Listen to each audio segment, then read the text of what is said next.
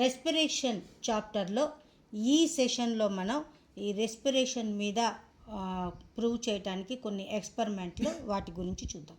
దానికంటే ముందు మనం ఆల్రెడీ చెప్పుకున్నాం, రెస్పిరేషన్లో ఏమేం రిలీజ్ అవుతాయి అంటే కార్బన్ డయాక్సైడ్, H2O, తర్వాత ఎనర్జీ అనేవి రిలీజ్ అవుతుంది అని చెప్పుకున్నాం. ఎనర్జీ కూడా ఏ ఫామ్లో స్టోరేజ్ అవుతుంది అంటే ఏటీపీ ఫామ్లో స్టోరేజ్ అవుతుంది అనుకున్నాం. ఈ ఎనర్జీలో చాలా వరకు ఏటీపీ ఫామ్లో స్టోరేజ్ అవుతుంది, ఇంకొంత హీట్ ఫామ్లో కూడా ఉంటుంది. అంటే ఆల్రెడీ సైంటిస్టులు ఏం చెప్పారు అంటే respiration is equal to combustion అన్నారు. కంబషన్లో ఎట్లా అయితే ఎనర్జీ హీట్ ఫామ్లో ప్రొడ్యూస్ చేస్తుందో ఈ రెస్పిరేషన్లో కూడా కొంత ఎనర్జీ హీట్ ఫామ్లో ఉంటుంది. ఇక్కడ యానిమల్స్ని చూద్దాం. యానిమల్స్ని 2 టైప్స్ ఆఫ్ యానిమల్స్గా డివైడ్ చేయడం జరిగింది డిపెండింగ్ ఆన్ బాడీ టెంపరేచర్. ఒకటి కోల్డ్ బ్లడెడ్ యానిమల్స్ అంటారు, నెక్స్ట్ వాటిని వార్మ్ బ్లడెడ్ యానిమల్స్ అని చెప్పేసి అంటూ ఉంటారు. కోల్డ్ బ్లడెడ్ యానిమల్స్ అంటే వీటికి కాన్స్టెంట్ బాడీ టెంపరేచర్ ఉండదు. వాటి యొక్క బాడీ టెంపరేచర్ చుట్టూ ఉన్న సరౌండింగ్స్ని బట్టి, ఎన్విరాన్మెంట్ బాడీ టెంపరేచర్ అనేది మారటం జరుగుతూ ఉంటుంది. ఇక వార్మ్ బ్లడెడ్ యానిమల్స్ అంటే ఏంటి? ఇక్కడ ఎన్విరాన్మెంట్తో సంబంధం లేకుండా యానిమల్స్ యొక్క బాడీ టెంపరేచరు కాన్స్టాంట్గా ఉంటుంది. ఈ వార్మ్ బ్లడెడ్ యానిమల్స్కి మరి బాడీ టెంపరేచరు కాన్స్టాంట్గా ఉండటానికి కారణం ఏమిటి అంటే వాటి యొక్క రెస్పిరేషన్లో ఎనర్జీ కొంత హీట్ రూపంలో ఫామ్ అవుతుంది. ఈ హీట్ని ఈ బ్లడ్ బాడీలోని అన్ని పార్ట్స్కి కూడా సప్లై చేయటం జరుగుతుంది. సో ఈ వార్మ్ బ్లడెడ్ యానిమల్స్లో బాడీ టెంపరేచర్ అనేది కాన్స్టాంట్గా ఉంటుంది. ఈ వార్మ్ బ్లడెడ్ యానిమల్స్కి ఎగ్జాంపుల్స్ ఏంటి అంటే మ్యామల్స్ కిందకి మన హ్యూమన్ బీయింగ్స్ అయితే ఏంటి, డాగ్, క్యాట్, బఫెలో, కౌ ఇవన్నీ రావటం జరుగుతుంది. మరి ఈ వార్మ్ బ్లడెడ్ యానిమల్స్ లేదా హ్యూమన్లో మెయిన్గా బాడీ టెంపరేచర్ కాన్స్టాంట్గా ఎంత ఉండాలి అంటే 98.6 డిగ్రీస్ ఫారెన్హీట్ లేదా 37 డిగ్రీస్ సెంటీగ్రేడ్గా కూడా ఉండాలి. ఇక దీనికంటే ఎక్కువగా ఉంటే దానిని ఏమంటారంటే ఫీవర్ వచ్చింది, మా వాడికి 100 ఉంది ఫీవరు, 110 ఉంది ఫీవర్ అని చెప్పి అంటూ ఉంటారు. అంటే దీనికంటే ఎక్కువ ఉంటే మనకి ఫీవర్ వచ్చింది అని చెప్పటం జరుగుతూ ఉంటుంది. ఇక దీనికంటే టెంపరేచర్ పొరపాటున పడిపోయింది అనుకోండి, మనకి బాడీ మొత్తం స్వెట్టింగ్స్ వచ్చి కళ్ళు తిరిగి పడిపోవటం జరుగుతూ ఉంటుంది. So human body constant temperature ఇంత ఉండటం జరుగుతూ ఉంటుంది. మరి ఇలా మనం బాడీ టెంపరేచర్ మెయింటైన్ చేయడానికి కారణం ఏంటి అంటే ఈ రెస్పిరేషన్ అనే combustion one of the reason అని మనం చెప్పవచ్చు. ఇప్పుడు ప్రజెంట్ మనం చెప్పటం కాదు, రెస్పిరేషన్లో CO2 రిలీజ్ అవుతుంది అని చెప్పటం కాదు, దాన్ని ప్రూవ్ చేయాలి. ఆ ప్రూవ్ చేసే ఎక్స్పెరిమెంట్ గురించి ఇప్పుడు మనం చూద్దాం. ఇది ఎక్స్పెరిమెంట్ 1. ఇదేంటి అంటే identifying the presence of CO2. అంటే మన ఎక్స్హలేషన్లో CO2 అనేది రిలీజ్ అవుతుంది అని చెప్పబడే ఎక్స్పెరిమెంట్ అన్నమాట. ఇక్కడ ఏం చేశారు అంటే 2 టెస్ట్ ట్యూబులు తీసుకున్నారు. ఆ టెస్ట్ ట్యూబులు తీసుకొని వాటిలో ఒక దాంట్లోనేమో మామూలు వాటర్ తీసుకున్నారు, ఇంకొక వాటర్లోనేమో లైమ్ వాటర్ని తీసుకున్నారు. లైమ్ వాటర్ అనగానే ఇదేదో లెమన్ వాటర్ అనుకుంటారేమో, కాదు. లైమ్ వాటర్ అంటే మన గోడకి సున్నం వేస్తుంటారు కదా, ఆ సున్నపు నీటినే లైమ్ వాటర్ అంటారు. దీన్నే కాల్షియం హైడ్రాక్సైడ్ అని కూడా అంటూ ఉంటారు. ఈ లైమ్ వాటర్ని ఇంకొక టెస్ట్ ట్యూబ్లోకి తీసుకొని ఈ 2 టెస్ట్ ట్యూబులకి 2 పొడవాటి ట్యూబ్స్ని పెట్టడం జరిగింది. ఈ పైన మొత్తం రెండిటికి కూడా రబ్బర్ కార్కుల్ని బిగించారు. టెస్ట్ ట్యూబులకి ఒక హోల్ నుంచి ఈ 2 పెద్ద ట్యూబుల్ని బయటకు పెట్టడం జరిగింది. ఈ 2 ట్యూబుల్ని ఒక బాబు ఏం చేస్తున్నాడంటే నోట్లో పెట్టుకొని ఉఫ్ అని ఊతున్నాడు అంటే ఏంటది? ఎక్స్హలేషన్లో ఏమొస్తుంది అంటే వీడి నోటి నుంచి ఖచ్చితంగా ఏం రావాలి అంటే కార్బన్ డయాక్సైడ్ అనేది రావాలి. మరి కార్బన్ డయాక్సైడ్ వచ్చిందా లేదా అని తెలుసుకోవాలంటే ఇక్కడ చూడండి, వీడు ఎప్పుడైతే ఎక్స్హలేషన్ చేశాడో అప్పుడు వీడి నోటి నుంచి ఒక రకమైన గ్యాసు ఈ 2 ట్యూబుల్లోకి రావటం జరిగింది. ఈ ఒక ట్యూబ్లో ఉన్న వాటర్ బబుల్స్ కనబడుతున్నాయే కానీ దానిలో ఎలాంటి చేంజ్ కనపడదు. కానీ లైమ్ వాటర్ వైపు చూడండి, లైమ్ వాటర్ కాస్త ఎట్లా మారుతుంది అంటే మిల్కీ వైట్లోనికి మారుతుంది. లైమ్ వాటర్ CO2తో కలిసి మిల్కీ వైట్గా మారుతుంది. అది లైమ్ వాటర్ యొక్క నేచురల్ క్యారెక్టర్. ఫర్ ఎగ్జాంపుల్, మనం గోడకు సున్నం వేసాం, సున్నం వెయ్యగానే గోడలేమి మనకి తెల్లగా కనబడవు. ఎప్పుడు తెల్లగా కనబడతాయి అంటే మినిమం 2-3 అవర్స్ తర్వాత గమనిస్తే మనం గోడకి సున్నం వేసిన తర్వాత ఆ సున్నం తెల్లగా కనబడుతుంది. కారణం ఏంటి అంటే మనం గోడకేసిన ఆ లైమ్ వాటరు గాలిలో ఉన్న CO2తో రియాక్షన్ చెంది ఏమవుతుంది అంటే CaCO3 అనే మిల్కీ వైట్ ప్రిసిపిటేషన్ని ఏర్పరుస్తుంది. అందువల్ల అది మిల్కీ వైట్గా కనబడుతుంది. అలాగే ఇక్కడ లైమ్ వాటర్ కూడా మిల్కీ వైట్గా మారింది. మరి మిల్కీ వైట్గా మారింది అంటే ఎక్స్హలేషన్లో ఏం రిలీజ్ అయినట్టు లెక్క, మనకి CO2 అనేది రిలీజ్ అయ్యింది అని మనం ఈ ఎక్స్పెరిమెంట్ 1 ద్వారా మనం ప్రూవ్ చేయవచ్చు. ఇక నెక్స్ట్ ఇంకొకటి అడగచ్చు నన్ను, మేడం CO2 తర్వాత H2O కూడా వస్తుంది అంటున్నారు కదా, మరి H2O అంటే వాటర్ నోటమ్మటి కారుతుందా, ముఖ్యమ్మటి కారుతుందా అంటే ఇక్కడ H2O అంటే వాటర్ వెపర్ అని అర్థము. ఈ వాటర్ వెపర్ కూడా ఎక్స్హలేషన్లో విడుదలవుతుంది. ఆ విడుదలైనప్పుడు ఏమవుతుంది అంటే ఆ వాటర్ వేపర్ మన నాజల్ క్యావిటీ లోపల వైపు మొత్తం కూడా మ్యూకస్ లేయర్ ఉంటుంది. ఆ మ్యూకస్ లేయర్లో డిజాల్వ్ అయిపోయి మన లోపల ఉన్న ఆ లేయర్ మొత్తం కూడా మాయిస్ట్గా ఉండటానికి ఉపయోగపడుతుంది. ఇక నెక్స్ట్ ఎక్స్పెరిమెంట్ చూద్దాం మనం. ఏంటి అంటే ఈస్ట్ అనేసరికి మనకి ఏం గుర్తు రావాలి, ఫెర్మెంటేషన్. ఈ ఫెర్మెంటేషన్ యొక్క ఉపయోగాలు ఏంటో చూసుకున్నాం మనం. ఈ ఫెర్మెంటేషన్లో కూడా మనకి ఏమేమి రిలీజ్ అయినాయి అంటే ఇథనాల్, తర్వాత CO2, తర్వాత ఎనర్జీ అనేవి రిలీజ్ అవుతాయి.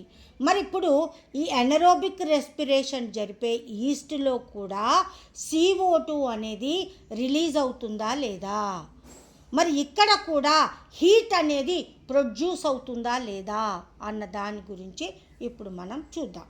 మరి హీట్ అనేది ప్రొడ్యూస్ అవుతుందా లేదా అంటే ఫర్ ఎగ్జాంపుల్ మనం కూడా మన ముక్కు దగ్గర గాలి పీల్చి వదిలేటప్పుడు చెయ్యిని కొద్దిగా ముక్కుకు దగ్గరగా పెట్టుకొని చూడండి. మనకి బయటకు వచ్చే ఎక్స్హలేషన్ ఎయిర్ ఎలా ఉంటుంది అంటే కాస్త వేడిగా కూడా అనిపిస్తుంది. దాన్ని బట్టి హీట్ ప్రొడ్యూస్ అవుతుంది అని మనం చెప్పొచ్చు. ఇప్పుడు మనం ఎనరోబిక్ రెస్పిరేషన్లో కూడా హీట్ అనేది ప్రొడ్యూస్ అవుతుంది, CO2 అనేది ప్రొడ్యూస్ అవుతుంది అని ప్రూవ్ చేసే ప్రయోగం గురించి చూద్దాం. ఇక్కడ ఏం చేశారు అంటే 2 బాటిల్స్ తీసుకున్నారు. ఒక బాటిల్లో ఏం చేశారు అంటే ఈ గ్లూకోజ్ సొల్యూషన్ని తీసుకున్నారు. ఈ గ్లూకోజ్ సొల్యూషన్ని తీసుకున్న తర్వాత దాన్ని ఏం చేశారు అంటే 1 మినిట్ వేడి చేసి వెంటనే చల్లార్చారు. ఇలా చల్లార్చడం వల్ల ఏమవుతుంది అంటే ఈ గ్లూకోజ్ సొల్యూషన్లో ఉన్న ఆక్సిజన్, ఏమాత్రం ఆక్సిజన్ ఉన్నా అది మొత్తం కూడా బయటకు వెళ్ళిపోతుంది. అట్లా చేయడం కోసం ఈ గ్లూకోజ్ సొల్యూషన్ని ఏం చేశారు అంటే 1 మినిట్ వేడి చేసి ఇమీడియట్గా దాన్ని కూల్ చేయటం జరుగుతుంది. అట్లా కూల్ చేసిన గ్లూకోజ్ సొల్యూషన్ని ఒక బాటిల్లో తీసుకున్నారు. ఒక బాటిల్లో తీసుకున్న తర్వాత దాంట్లో ఏమేస్తారు అంటే ఈస్ట్ని వేయటం జరుగుతుంది. ఈస్ట్ అంటే ఏం లేదు, ఇది ఒక రకమైన ఫంగస్ అంటే బ్రెడ్ మీద వాటి మీద మనకి బూజు పడుతూ ఉంటుంది కదా, అలాంటి ఫంగస్సే ఇక్కడ ఉన్న ఈస్ట్ కూడా. ఇక ఈస్ట్ని దీంట్లోకి వేసాము. వేసిన తర్వాత ఇంకా ఏమైనా ఆక్సిజన్ ఉందా, ఉన్న ఆక్సిజన్ని కూడా బయట నుంచి ఆక్సిజన్ లోపలికి రాకుండా ఉండటం కోసం ఏం చేస్తారు అంటే ఈ పారాఫిన్ లిక్విడ్ సొల్యూషన్ని వేస్తారు. ఈ పారాఫిన్ లిక్విడ్ సొల్యూషన్ వేసినప్పుడు ఏమవుతుంది అంటే దీని యొక్క కాంటాక్ట్ అనేది బయట ఉన్న ఎయిర్తో కట్ ఆఫ్ అయిపోతుంది.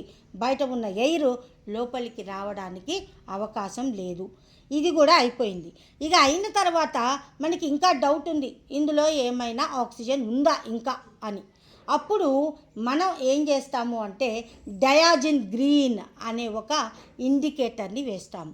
ఆ ఇండికేటర్ ఏం చేస్తుంది అంటే ఆక్సిజన్ ఉంటే ఒకవేళ దానిని పింక్ కలర్కి మారుతుంది. అది పింక్ కలర్కి మారుతుంది. సో ఇంకా ఏమైనా ఆక్సిజన్ ఉందా లేదా అని టెస్ట్ చేయడం కోసం మనం డయాజిన్ గ్రీన్ సొల్యూషన్ కూడా వేసి చూసుకోవాలి. అది ఎప్పుడు వేసి టెస్ట్ చేయాలి అంటే ఈ పారాఫిన్ సొల్యూషన్ వేయటానికి ముందే ఆ టెస్ట్ చేసుకోవాలి. ఆ టెస్ట్ కూడా చేసుకొని ఆక్సిజన్ లేదని కన్ఫర్మ్ అయిపోయిన తర్వాత దాని మీద పారాఫిన్ సొల్యూషన్ వేస్తే బయట ఎయిర్ లోపలికి ఎట్టి పరిస్థితుల్లో రాదు. ఇక ఈ బాటిల్లో ఏం చేశారు అంటే 2 ట్యూబుల్ని పెట్టడం జరిగింది.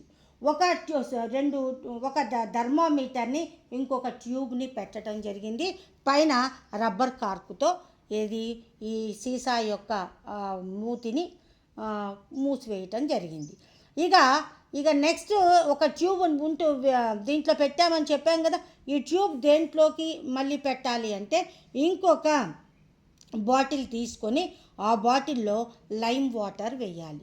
లైమ్ వాటర్ వేసేసి ఈ ట్యూబ్ని కాస్త ఆ బాటిల్లో పెట్టేసి పైన రబ్బర్ కార్క్ పెట్టేయాలి. పెట్టేసిన తర్వాత కొంతసేపు దానిని కదపకుండా అలాగే ఉంచాలి. అలా ఉంచినప్పుడు ఏమవుతుంది అంటే ఈ థర్మామీటర్ ఫస్ట్ ఉన్న రీడింగ్ని తీసుకోవాలి. కొంతసేపు ఉంచిన తర్వాత రీడింగ్ని నోట్ చేసుకోవాలి. నోట్ చేసుకుంటే ఏమవుతుంది అంటే థర్మామీటర్లో రీడింగ్ అనేది పైకి పెరుగుతుంది. అంటే ఇక్కడ టెంపరేచర్ అనేది రిలీజ్ అయ్యింది, హీట్ అనేది రిలీజ్ అయ్యింది అని మనం చెప్పొచ్చు. ఇక నెక్స్ట్ ఏంటి అంటే దీంట్లో రియాక్షన్ జరిగి ఈస్ట్ అనేది గ్లూకోజ్ సొల్యూషన్తో కలిసి రియాక్షన్ చెంది ఏం చేస్తుంది అంటే ఈ ట్యూబ్ గుండా CO2ని ఫామ్ చేస్తుంది. ఈ CO2 గ్యాస్ అనేది ఈ ట్యూబ్ గుండా పక్కనున్న ఈ బాటిల్లోకి వెళ్తుంది. ఆ బాటిల్లో ఉన్న లైమ్ వాటర్ కాస్త ఎలా మారుతుంది అంటే మిల్కీ వైట్లోకి మారుతుంది.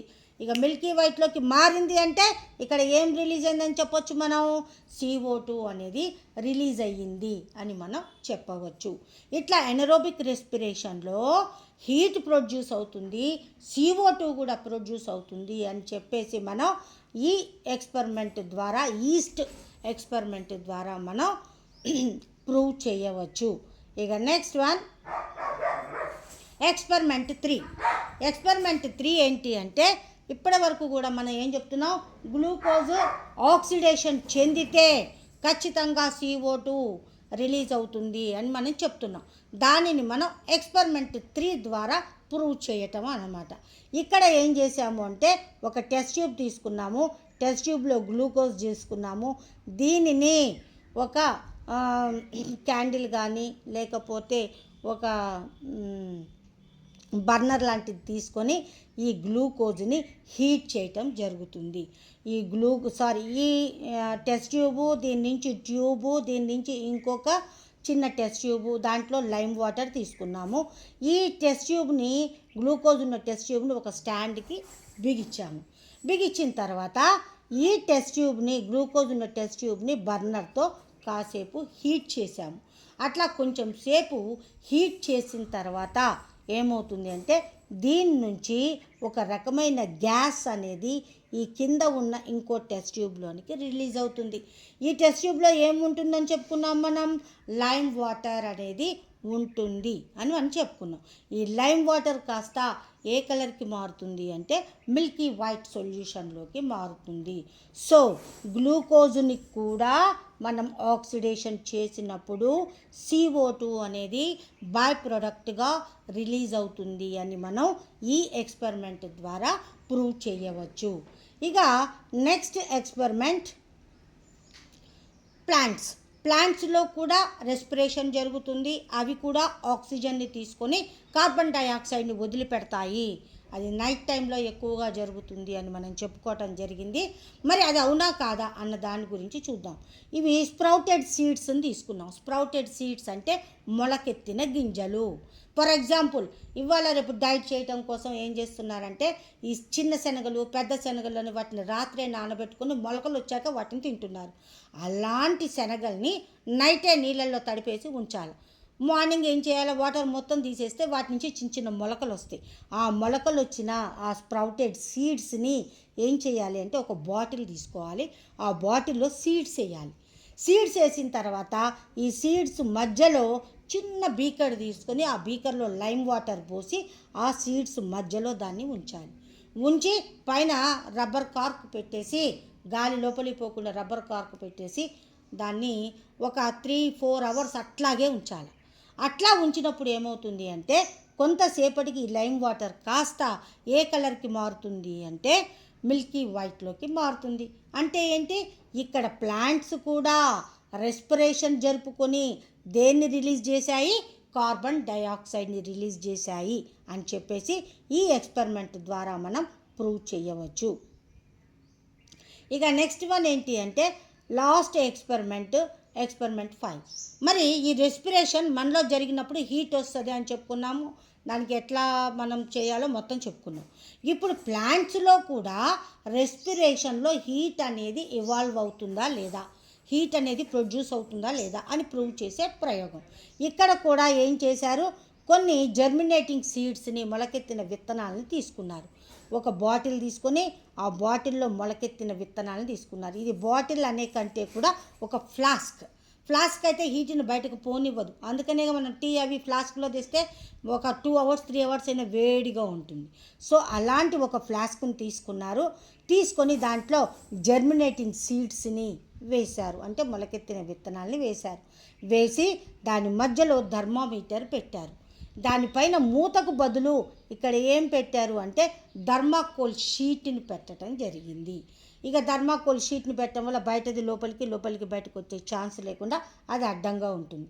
ఇలా అరేంజ్మెంట్ చేసిన తర్వాత దీనిని, ఈ మొత్తం అరేంజ్మెంట్ని కాసేపు కదపకుండా ఉంచాలి. కాసేపు కదపకుండా ఉంచినప్పుడు ఏమవుతుంది అంటే ఈ థర్మామీటర్ ఫస్ట్ పెట్టినప్పుడు ఎంత ఉందో టెంపరేచర్ మనం నోట్ చేసుకోవాలి. దీన్ని ఒక 3-4 అవర్స్ లీవ్ చేసిన తర్వాత మళ్ళీ థర్మామీటర్లో మళ్ళీ రీడింగ్ని మనం చెక్ చేసుకోవాలి.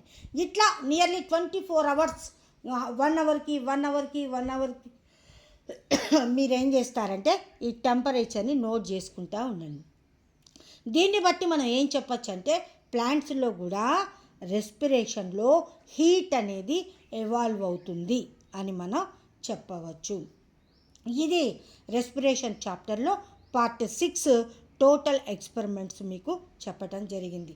ఇక వీటి స్టెప్స్ ఏంటి అంటే ఆల్రెడీ న్యూట్రిషన్లో చెప్పాను. టోటల్ మీకు 5 స్టెప్స్. ఆ 5 స్టెప్స్ వేయటం, దాని ఎదురుగా దీనికి సంబంధించింది రాసుకుంటూ పోతుంటే మీకు ఈజీగా ఉంటుంది.